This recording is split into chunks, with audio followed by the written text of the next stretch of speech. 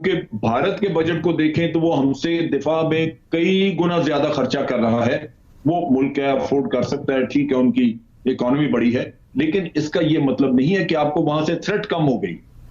जो आपके मुल्क को खतरात होते हैं, आप उसी खतरात के अंदर पहचानते हैं कि किससे खतरा है, और जिससे खतरा होता है उसी की अहलियत, कैपेबिलिटीज देख के आप अपने डिफेंस पे खर्च करते हैं।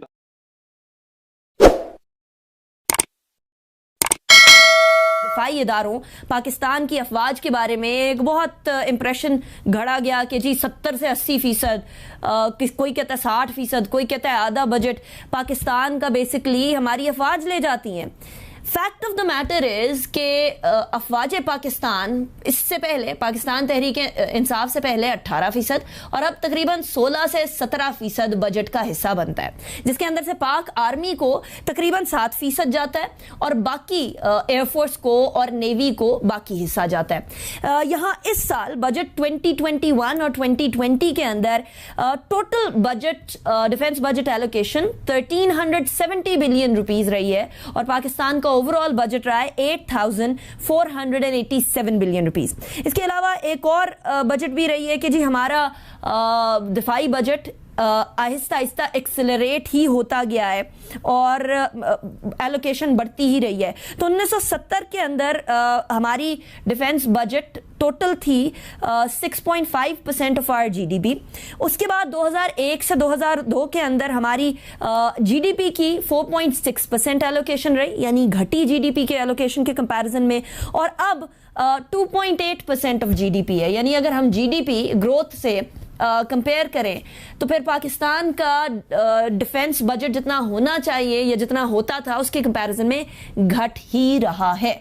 पैसों के मामले के अंदर शायद आपको बढ़ता हुआ नजर आए, लेकिन तमाम के तमाम दफाई मामला जो होते हैं वो डॉलर्स के अंदर हो रहे होते हैं।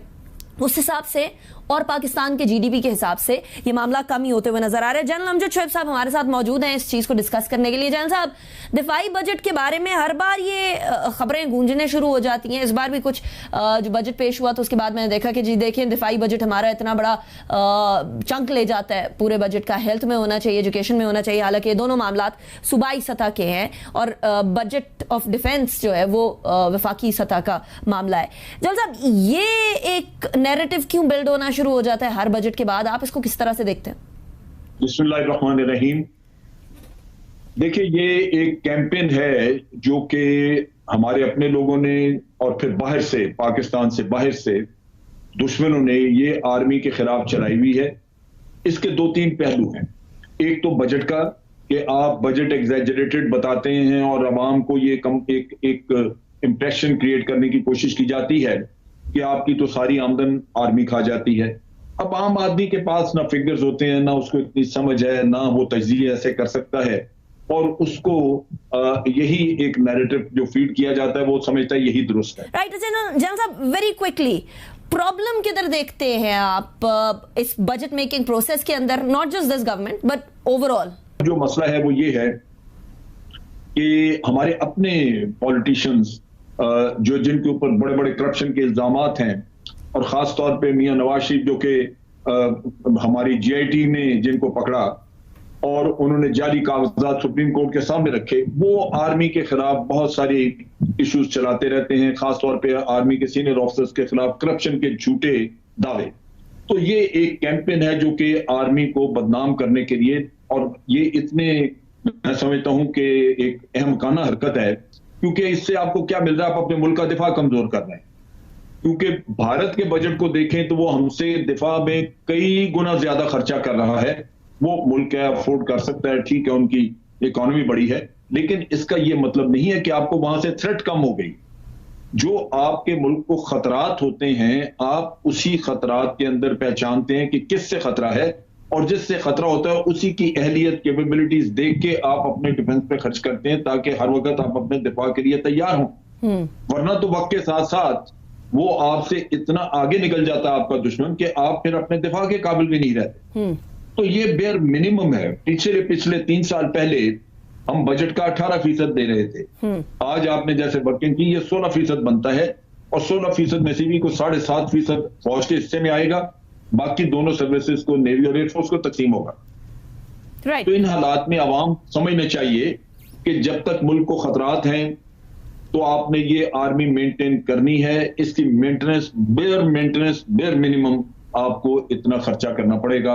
और सिंसियरिटी अफवाज पाकिस्तान की ये है कि पिछले 3 सालों में उन्हें अपना बजट नहीं बढ़ाया। जो 2 बजट लास्ट गुजरे हैं उनमें मुल्क के अपने मामला देखते हुए, पैसे की कमी देखते हुए, मुश्किलात देखते हुए आर्मी ने फैसला किया कि जी हमें जो बजट पहले मिला हम उसी पे, हालांकि डॉलर रेट आप देखिए कि वो कहां से कहां चला गया।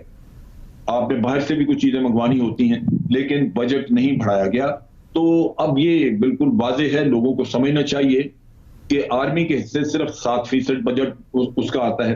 अच्छा, एक चीज और मैं जिक्र करूं, प्रॉब्लम कहां है, जिस चीज को समझने की जरूरत है और उधर तवज्जो देनी है।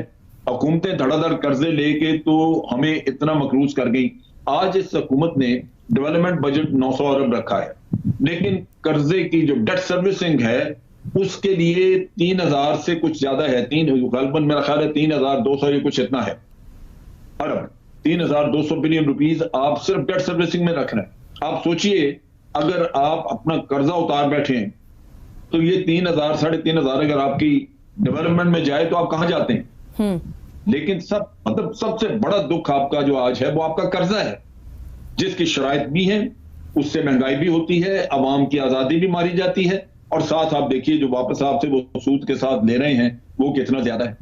हर कर्जा उतारने के लिए आगे मजीद कर्जा लेना पड़ता है। राइट। तो इधर तवज्जो देनी चाहिए सब लोगों को, इंक्लूडिंग ऑपोजिशन इस मुल्क की, कि वो सर जोड़ के बैठे। विद इन पीटीआई जो इश्यूज है वो है, ऑपोजिशन उनको कोई इश्यूज क्रिएट करके दे नहीं सक रही, ऑपोजिशन उनको कोई हार्ड टाइम टफ टाइम दे नहीं सक रही। बट द पॉइंट इज कि उनके अंदर के जो इश्यूज हैं, उनके अंदर जो ग्रुप के अंदर ग्रुप बने हुए हैं ना, जो वो इश्यूज है पीटीआई के, उनको एड्रेस नहीं किया जा सक रहा किसी वजह से। आई डोंट नो वो जो भी ग्रुप्स हैं क्या उनके इंटरेस्ट हैं, लेकिन देन अगेन आपकी बात ठीक है। Coming back to this minister साहब, फाइनेंस मिनिस्टर साहब की बात कर रहे हैं, तरीन साहब की। तरीन साहब को मैं बहुत पुराना जानता हूँ, लेकिन तरीन साहब को बिल्कुल साइडलाइन हुए थे, तरीन साहब को बिल्कुल कोई पूछता नहीं था। लेकिन मुझे एक चीज पता थी कि तरीन साहब के अंदर ना जो आईक्यू लेवल है या जो एक्सपर्टीज है उनकी in this particular field, finance की फील्ड में तरीन साहब की जो है, आई वुड से कि he has got hands on experience on that, वो इतना अच्छा है कि अगर उनको प्लेइंग फील्ड मिल जाए तो वो खेल सकते हैं। आई पर्सनली थिंक कि अभी 2 हफ्ते पहले, 2-2.5 हफ्ते पहले तरीन साहब के लिए बहुत टफ टाइम था और बहुत मुश्किलात क्रिएट की गई उनके लिए, और सो मच सो कि मुझे तो लगता ही ये था कि तरीन साहब छोड़ के चले जाएंगे। लेकिन तरीन साहब को जो आखिरी वक्त में, बजट पेश होने से आखिरी वक्त में जो उनको उनकी बात समझने की या समझाना चाहते थे, वो जो उनको उन्होंने समझाई, तो आई वुड से कि तरीन साहब इससे बेहतर चीज कोई पेश नहीं कर सकते थे। अच्छा, आपने अब एक इशारा कर ही दिया राणा साहब, तो जरा ये भी बता दें कि कौन मसले क्रिएट कर रहा था तरीन साहब के लिए, शौकत तरीन साहब के लिए। देखिए मैं आपको बताऊं, मैंने जैसे आपसे पहले जिक्र किया ना कि ऑपोजिशन हुकूमत को टफ टाइम नहीं दे सकी डिस्पाइट ऑल द एफर्ट्स जो उन्होंने पंप इन किए, चाहे कोई भी हो। लेकिन हुकूमत के अंदर बैठे हुए लोग, हुकूमत के लोग जो है वही प्रॉब्लम क्रिएट कर